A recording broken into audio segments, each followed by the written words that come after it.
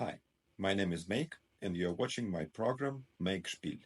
And today I want to tell you about my favorite games of 2024. But before determining which games of the year I like the most, I decided to determine which games I actually evaluate and on which criteria.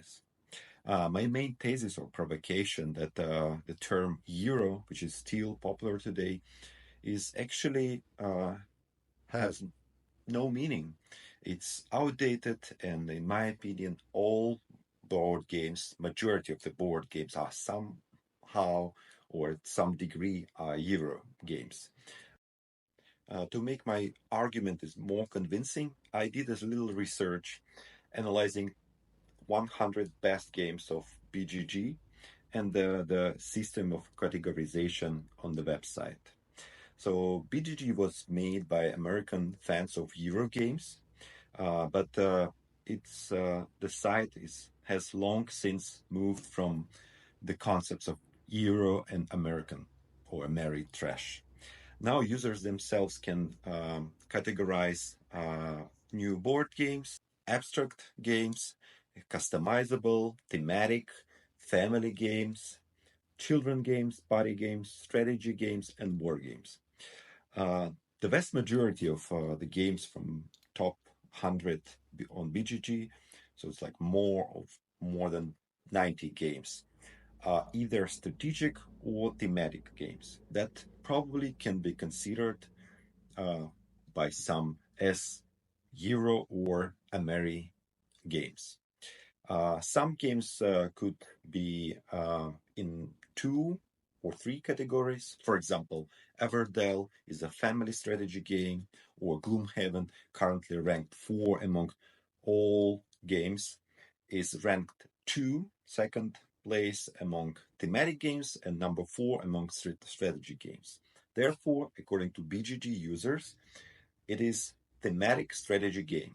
So assuming that the strategy label is sort of Euro and the thematic games are sort of Ameri, then we can conclude that according to BGG, Gloomhaven is one of the best modern games, both Euro and Ameri.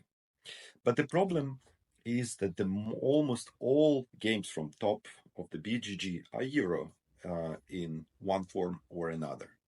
There are Euro war games, Euro adventures, Euro economic strategy games, etc. This is worth considering that the German school of game design, which later became known as European, simply set new standards for game mechanics and influenced all other schools, giving birth to modern board games as such.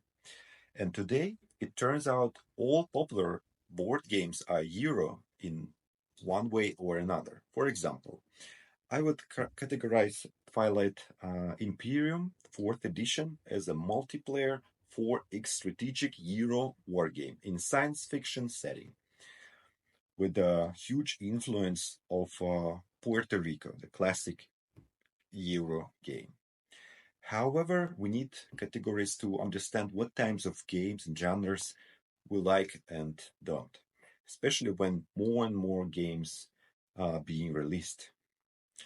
So let's take a look at different ways to organize games. So the BGG website offers decks.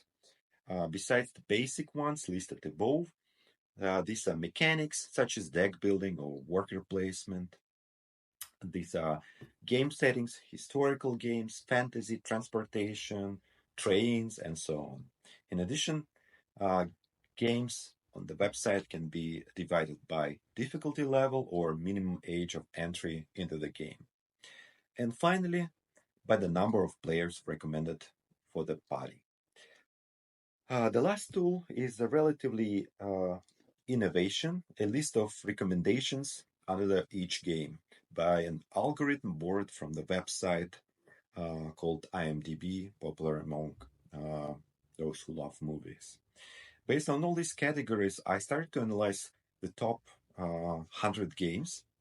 I made a spreadsheet with all the titles, main tag, strategy, thematic game, war game, setting, and difficulty level. In addition, here I propose a new way of categorization, interaction between the players. Confrontational games with direct uh, interaction between the players, competitive games with indirect interaction between them, and cooperative games and solo games, which are probably in many situations are somewhat similar. So when the players, one player playing against the game.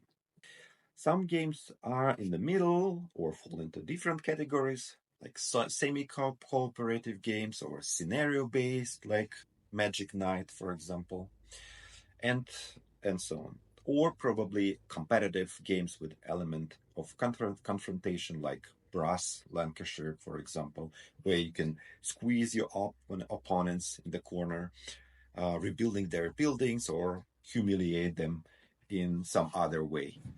Therefore, the first suggestion is to categorize modern board Euro games by type of interaction.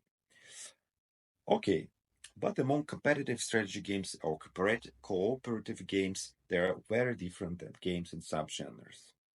So probably this type of recommendations of on what type of game you already like or other players like can be a way of suggesting one game or another.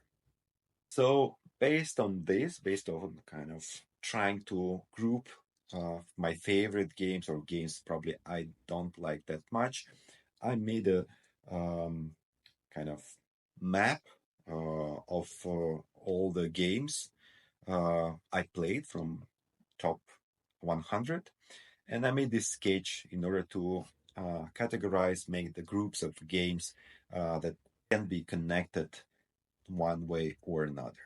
So now let's move on to the main part of this video with my favorite games of 2024, games that were released last year or probably released a little bit earlier, but I was able to play them only uh, within last year.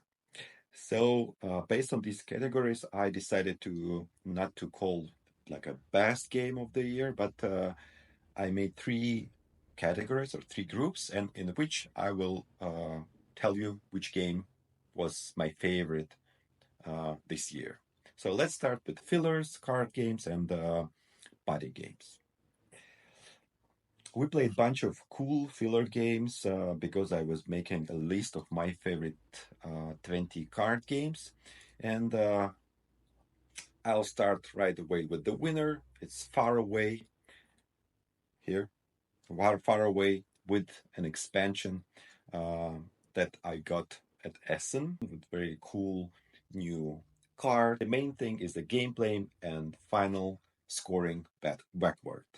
There in Essen, I bought another game of the same French publisher, uh, and this game called Castle Combo. I like the game too. In particular, I'm a big fan of how they managed to implement the theme and all the characters into the game. It has a very nice integrated theme that I missed in Faraway. We didn't play this game unfortunately that much as Faraway, so mechanically speaking, the game is somewhat weaker, so it doesn't have that much of um, involvement or replayability probably, but still I really enjoy this game, and it's not getting into my top 20 card games, but still it's very nice, very good, interactive and beautifully made game. The next game I'm gonna tell you about is Belratti. Is actually the game I already made a video about. It's a very nice, cool family cooperative card game. We played it a lot with my wife and all, even with my daughter, who's 4 years old, even though then on the box it says something like 8+. But yeah, 5 years old kids can actually get the rules of it. It's difficult for them to keep all the cards in their hands, but still, if you help them a little bit, then they can easily play with you. So Belratti is very well played, even with three players, but it's probably better to play with four and more. Another game we played a lot, which is also thematically close to Belratti, it's called Fake Artist Goes to New York.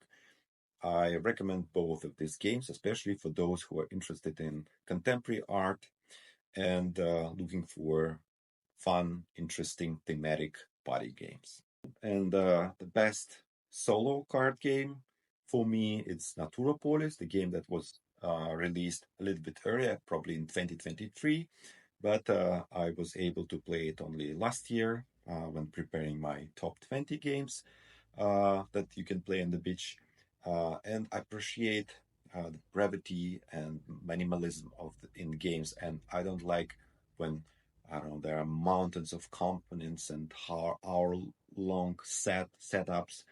That's why I like minimalistic games where you get the deepness, not in the complexity, but in kind of in what the game is.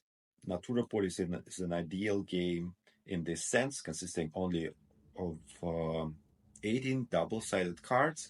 On one side, we have different patterns. In Naturopolis, these are kind of nature reserved and with the rivers and the tents. And on the other side, task or scoring criteria. And for your every game, you will have three scoring criteria which determine how you score points and how many points you have to score in order to win the game. So I love this game. Very nice game. I used to play it on the beach, in the train, while waiting for someone in the cafe. Yeah, so my recommendations, best solo card game of 2023 that I was able to play in 2024. Okay, let's get to the second part. And these are conflict thematic games. So these games I consider games that have direct conflict between the players. I don't think, again, that these are kind of somewhat different from Euro. I disagree when people say that Euro are themeless because probably this could only be claimed by those who don't interested in, for example, history or geography. But if you live in Europe, if you're interested in European history, and I think most of the games, I don't know, like what kind of games? I don't Tiger and Euphrates or what kind of games? I don't know. Many of the games that people consider are kind of themeless. I disagree with this. If you're interested in these topics, then you're interested in this. And if you're not very interested, I don't know, in sci-fi or fantasy, you will say, okay, all these kind of Ameri style games there also have no theme, but also have very weak and bad mechanics. So I disagree with this, and I also think that modern conflict games uh, are also Euro games because they use Euro mechanics. And yes, they have different topics and maybe they have direct conflict between the players. But so, yeah, these are modern Euro games, modern board games. Okay. So one game that was also released a little bit earlier, and actually I was able to play it in 2023 as well, but then I was able to play it with my wife and our friend much more last game, and this game called Ascension Tactics. So I really love this game. I was looking for something that could replace or add something to my favorite game with tactical combats, Gloomhaven, but unfortunately, except for Mage Knight, probably there are not that many kind of games that can provide you such a deep and interesting gameplay. So Ascension Tactics is not as complicated game, which is also good. So you don't need to, I don't know, spend an hour to prepare the scenario. Still, it provides you quite deep and interesting gameplay. The main mechanic is obviously deck building, as all the previous Ascension games, but then you have this board with miniature or probably this cardboard standees, which I actually prefer better. I don't really like these plastic miniatures. I think they are not that easy to distinguish, for example. They're plastic, not very environmentally friendly. They're expensive, which is also not very good for my pocket.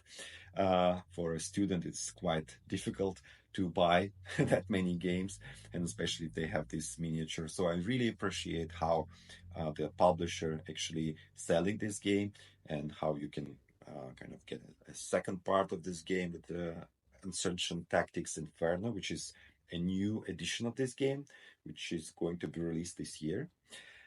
So yeah, I like it very much. It has a lot of things, cool things, interesting scenarios, cool fusion of mechanics, and a low price, as I said. In general, the game deserves attention. It was almost kind of on top until I played another game. So for now, it's probably my second favorite game with direct conflict of the previous year. Okay, next game I would like to mention is what I called Godfather 2 or Cyberpunk. I'm not a big fan of long games. For me, most of them are too long, and also, again, all these minis, they're expensive. You have to buy a lot of expansions. I don't really appreciate this type of monetization. So my favorite, all of them, probably remains, oddly enough, The Godfather. Why? Because maybe I'm more interested in the theme of Godfather. I love the movie. I'm not that big fan of kind of, some historic fantasy violence or whatsoever. So Godfather was a little bit more kind of faster and dynamic and accessible game compared to, I don't know, Rising Sun, for example, which I also liked, especially this uh, fights what you have to cover with the sheet and then you can outsmart your opponent. This one I like, but then you have such a long kind of gameplay, which wasn't that interesting for me. Yeah. So Cyberpunk was actually is a good game. These games have something really similar in DNA. You have this map of the city. You have these dudes on the map. You have to go send them, hire these new dudes, and send them to run errands, to collect stats. Essentially, kind of game about gangs in the city. So while Godfather is still thematically and aesthetically closer to my tastes, I liked Cyberpunk quite a lot. And I think that mechanically, at least for after one game, I only played once, I liked it even more. I played with a gang from expansion that is kind of getting to the city from the outskirts of the city, which is also nice and thematic touch, which is also similar to the history of gangs. Actually, I was researching this topic a little bit, and I was also thinking about making such games. So I was quite impressed how this theme was implemented in the game, and I think this game is can be considered a family game in a way, with still a direct conflict and a good implementation of the theme. Next time I will play this game, hopefully I will also be able to play a video game a little bit to get into the theme. Okay, next game I was able to play last year is the game that was called a Game of the Year, but the previous one called Hegemony. So it's a very deep and thematic strategy game where players lead one of the classes. This game, I compare it with another well-known asymmetric game called Root. Uh, and unfortunately, even though I really like the theme, both Root and Hegemony have similar problems for me. Both of them have very high entry of threshold.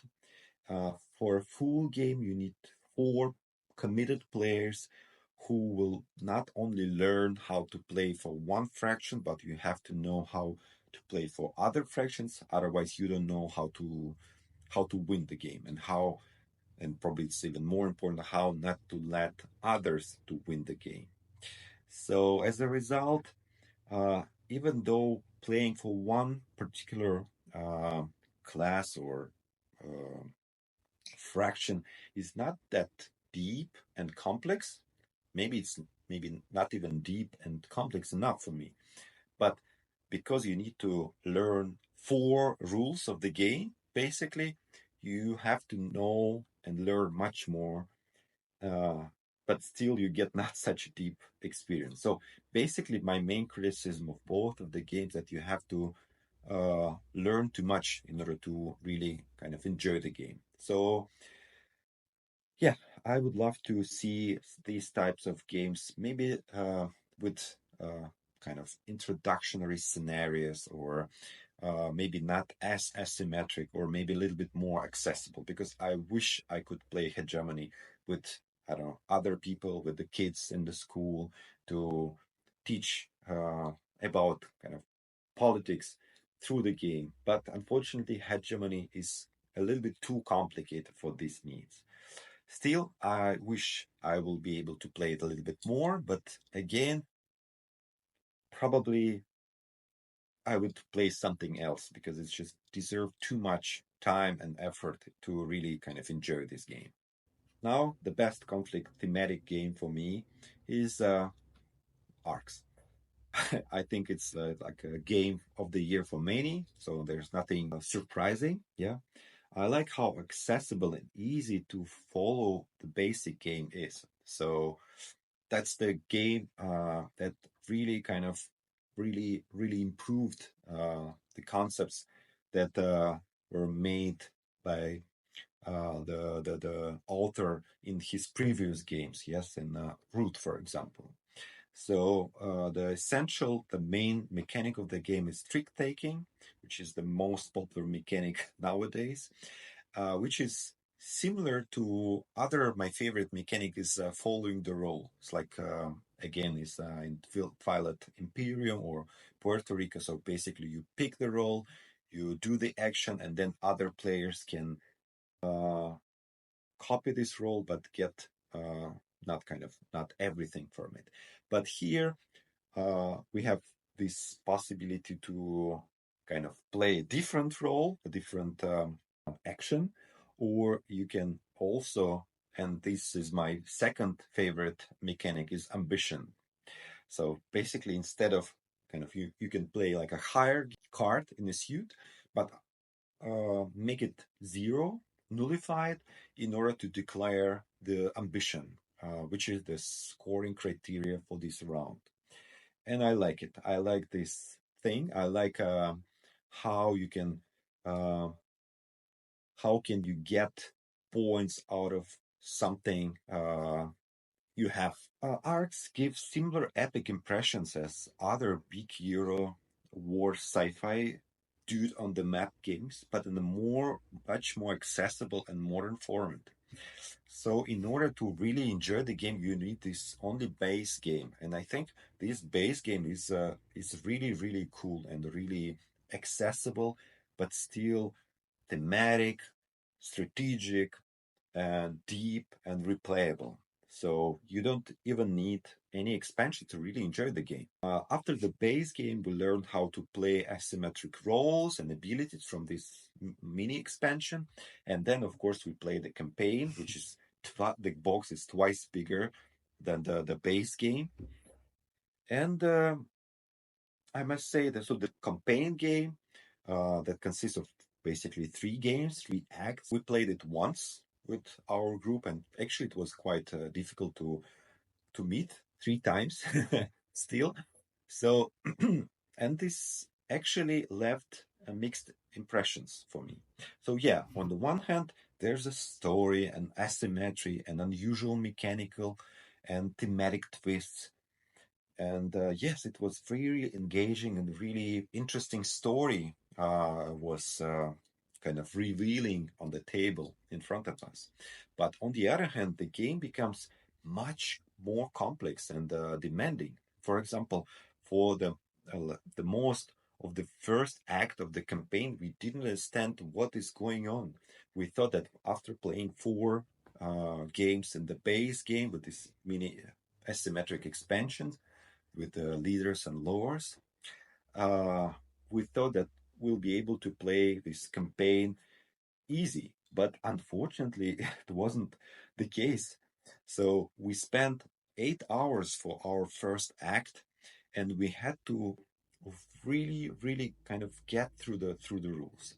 So the mastering the campaign rules was even much more complicated than the learning of the base game. So yes, so basically the criticism of the campaign game for me is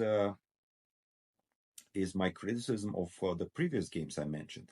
But having this base game, which you can buy for, I don't know, 50, 60 euros or dollars probably, will provide you really deep and really interesting gameplay.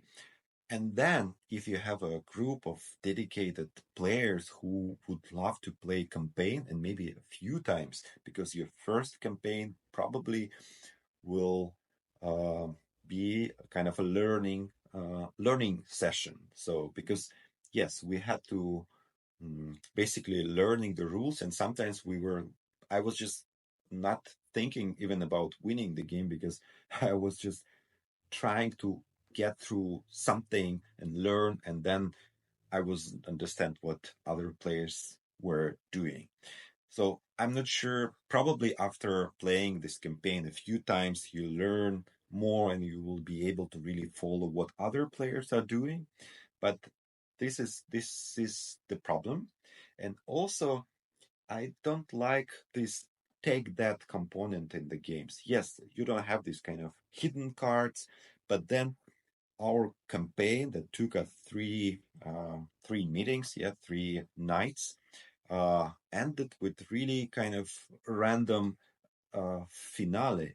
So first, one player was almost winning just because playing a card that I didn't aware that they have this card. So you have to kind of read these small texts, and sometimes these texts are not kind of really clearly mm, describe what it is. So it's not self-explanatory, and there are no icons.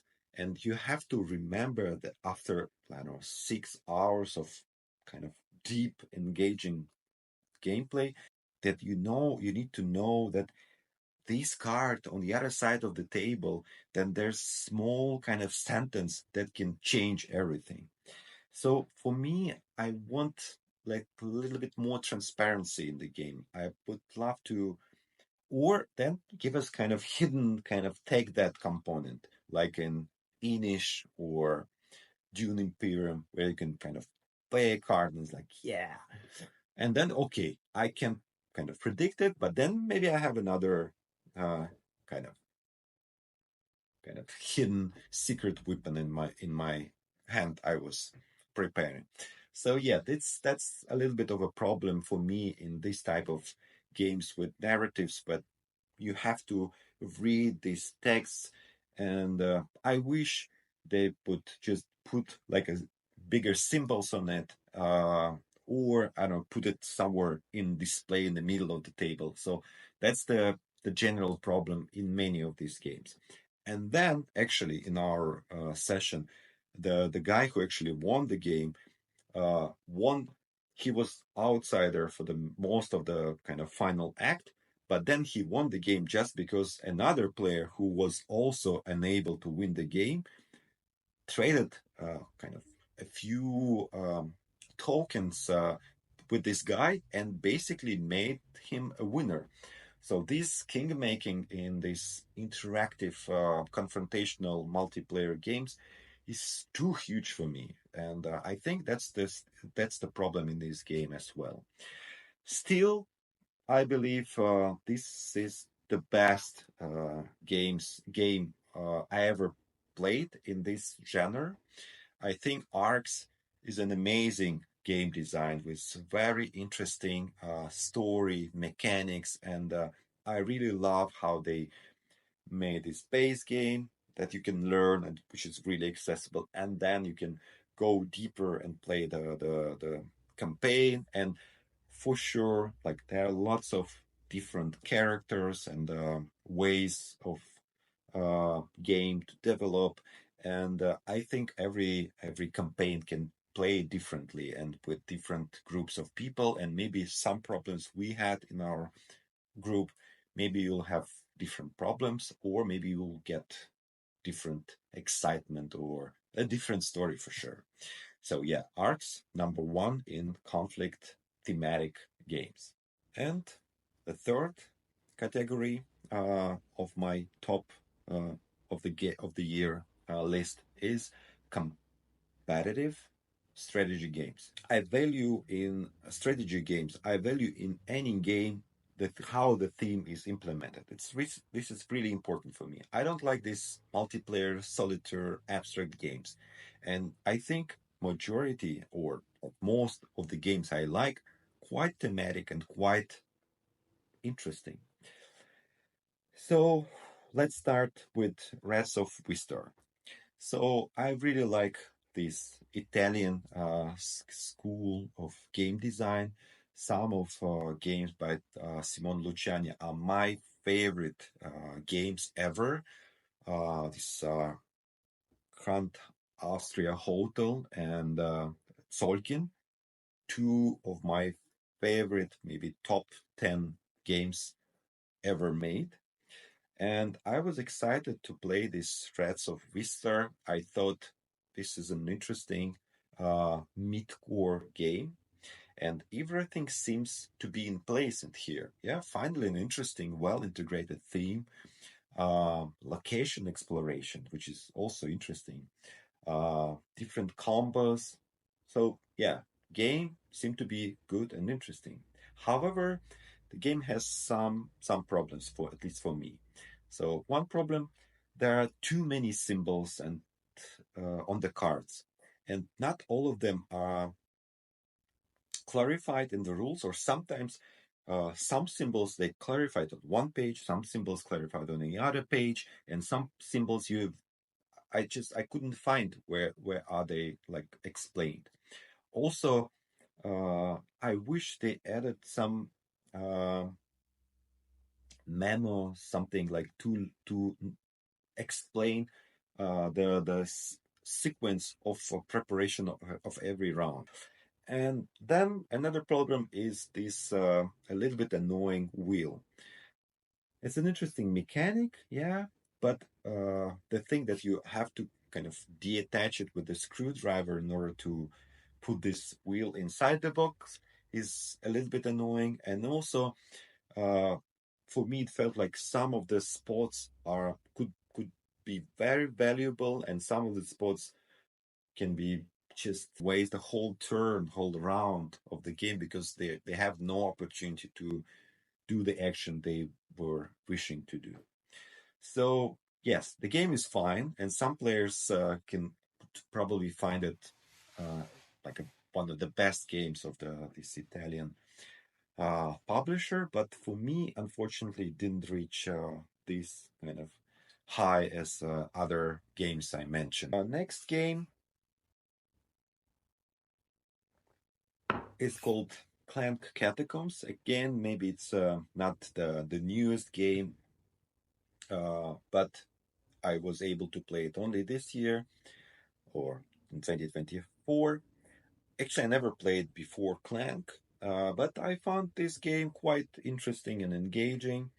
Uh, People say that it's not that interesting as a campaign game, so probably I have to uh, find time to play a campaign Clank, but this game was good, interesting. I like this exploration. I like different mechanics for scoring. So yeah, nice game. Probably the best game of all of the simple clan games, but probably not as good, at least according to other people online, as Clank Legacy. But still a very solid, good game. The next game is called Endover Deep Sea. Um, so this game was called by some of the reviewers as one of the best games of the year.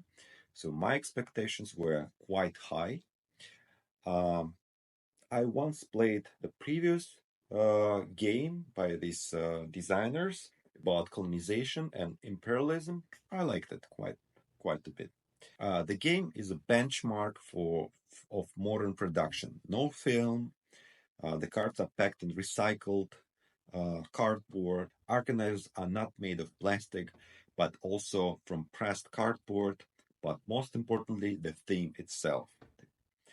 How cleverly the developers were able to reshape their previous game to meet the needs of modern players. The mechanics are the same, but instead of expansion and imperialism, we explore the world ocean without extracting anything out of it. Yes, except for some uh, research and science.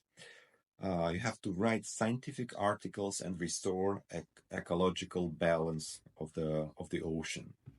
So this I really appreciate how they managed to really kind of really rebrand and remake this kind of more typical board game into something completely different thematically, but still engaging.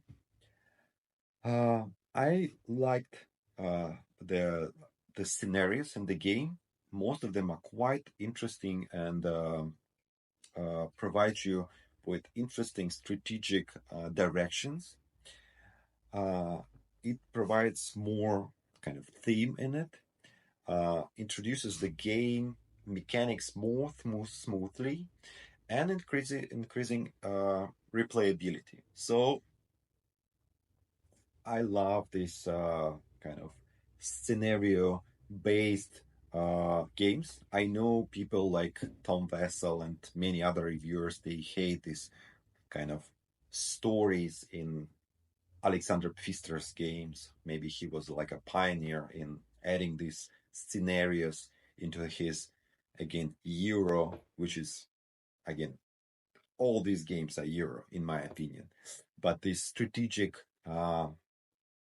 competitive games, he added these kind of scenarios. And in my opinion, it provides you really interesting way of kind of learning the game, starting with the simple rules and then getting somewhere deeper in it. And also it provides you replayability and some theme, some again, I like these kind of crunchy strategic games, but I also like thematic games. And I don't like when you have to kind of just roll the dice in order and then rely on luck just in order to learn the story. I want control the situation. I like strategy. I like to make decisions and sometimes tough decisions. But still I love when there's interesting narrative, interesting story involved in this game.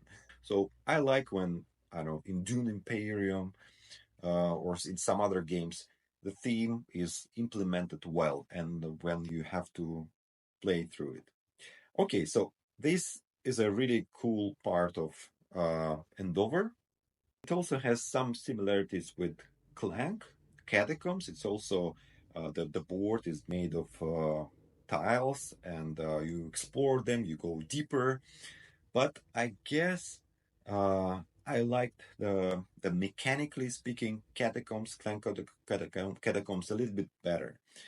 But the theme and the story and also the kind of the main mechanics with when you have to put your these discs is somewhat more interesting and unique rather than just typical deck building.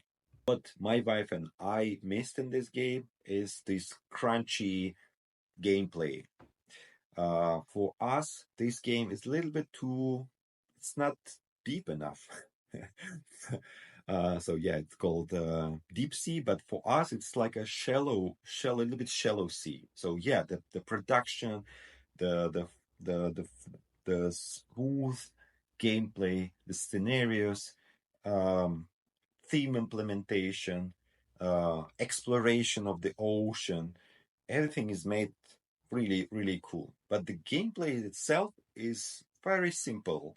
It might be maybe accessible for family players, but for us, a little bit more kind of hardcore or at least mid-core players. For us, Endover is a little bit too simple. It lacks kind of really meaningful decisions in it. So you always kind of go with the flow. Yeah, you explore, you rely on luck a little bit, and most of the decisions are, yeah, you can go this, there, and there, but it just, yeah, for some, this might be like a perfect game, and I highly recommend this game. And I was thinking about this game quite a lot, and we played already 10 times. We played all the 10 scenarios, so which is already good and a good recommendation. But still, it is solid, very well produced game, but it lacks deepness and meaningful decisions. And I wish that Alexander Pfister would learn from these uh, designers how to produce your games. After we played this game, we I got a game called what's it called? Cloud Age. Cloud Age. The Pfister's maybe not the most well-known game, still quite interesting, and actually the theme and the story is also somewhat okay. It's good, better than in his Maracaibo. So Maracaibo was a good game mechanically, but it was so horribly illustrated, and the story was lame, and it had some problems and some kind of misconnections, and so was so generic. Alexander, please learn how modern games can be made, how the story can be implemented, how scenarios. I think these people they learn from you, but you have really need to find a good publisher, a storyteller, an illustrator to make your games kind of make them like a perfect games. Unfortunately, you make really good kind of mechanical games, and this like Cloud Age, we played it twice uh yesterday with my wife, and it's so much kind of crunchier, so much deeper, and I wish this would be also made of something much more interesting rather than generic militia or whatsoever. I was actually criticizing this game, the Cloud Age, that it was about to release for the theme, and they changed something after the criticism. So it's not that kind of striking some of the problems, but it's just a little bit too generic. But yeah, I wish that you be able to improve your submarine like in Cloud Age and go deep into the sea, you know, do all these things like in Endover, but with these mechanics from Cloud Age. Yeah, but for some, this could be a perfect game again. So it depends on what games you like. More strategic. I wouldn't say it's tactical, but it's also it provides you some strategy, especially the every scenario, telling you what to do. Go deeper, or fix the balance of the ocean, help the whale or something, and so on. Okay, let's move on. Last two games. First of all, the game called Geroi Heroes, which I already made a video about, a review. It was only published in Russia. It wasn't published globally, but they're going to publish it this year and show it at some, at Essen Spiel later this year. Mage Knight, and the thematically it's similar. But why I love this game and why I call this game like a most innovative game of the year is that this game takes all the gameplay and theme out of much more deeper and demanding big grand games like Gloomhaven, one of my favorite games of all time, and put it in a package that like you can take and play anywhere. You can play it in the train, you can play it anywhere. So it's basically a roll and a write, but without rolling. It just again it's like a following the role or following the decision of an active player, like in Puerto Rico or Carnegie, more recent game. But here it was made really interesting. How many resources you get and what kind of actions you do, and then you draw everything on the map. So the main innovation is this: it's like a serious strategy game packed in a small portable package. Whew. And finally, the best in my bias and my opinion game of the year in this category of competitive strategy games is Phoenix New Horizon, a game about post-apocalypse, both in Essen. It has a lot of things I really liked. A cool artwork, brass-like parasitic economy. Here you can build these regenerators, which provide you to kind of build buildings next to it, and you can build next to others people's regenerators, destroying their plants, but also kind of giving them some resources for this, which is also a good way of interacting between the players. And most importantly, super interesting worker placement mechanic involved in this game. Yes, it seems like the objectives of in this game a little bit boring. There's no campaign like in Revive. Yes, another game I liked a lot, and it was another game of the year a few years ago. It has no scenarios like in Endover Deep Sea, and for example, no transport infrastructure like in Brass, which I really like. And it's not the case in this game. You only build buildings. You can build them anywhere. Yes, there are different zones, and you can get something from building in a adjacent zones, but maybe it's not. The main map is kind of not as interesting like in Brass, but still this main kind of small board with worker placement is so interesting. It's almost as interesting as in Solkin, maybe even more interesting. And it provides such an interesting decisions in this game, something which is lacking in other games we played this year. Also, there are no asymmetric roles or whatsoever. Maybe they will make like a expansion for it at some point if they will get enough of the feedback from the players. I like the board. I like the components. I like the look of the game. I like the theme implementation. I like how interactive the game is. But again, the most interesting part is this worker placement. I'm not gonna tell you more about this game because I'm preparing the like a big review of this game. Unfortunately, it will take some time more, so please wait for at least end of March. But yes, this is the game of the year for us among competitive games with indirect interaction with amazing worker placement. So thank you for watching. These are the games I recommend. Please subscribe, like. I don't have any Patreon or anything else, so I don't know how to get any money um, from my hobby. But eventually, I probably will make something like Patreon or something. So you could probably at least like, subscribe, share my videos, and maybe maybe at some point, maybe you can support me as well. Thank you for watching. This is Make Spiel. Bye.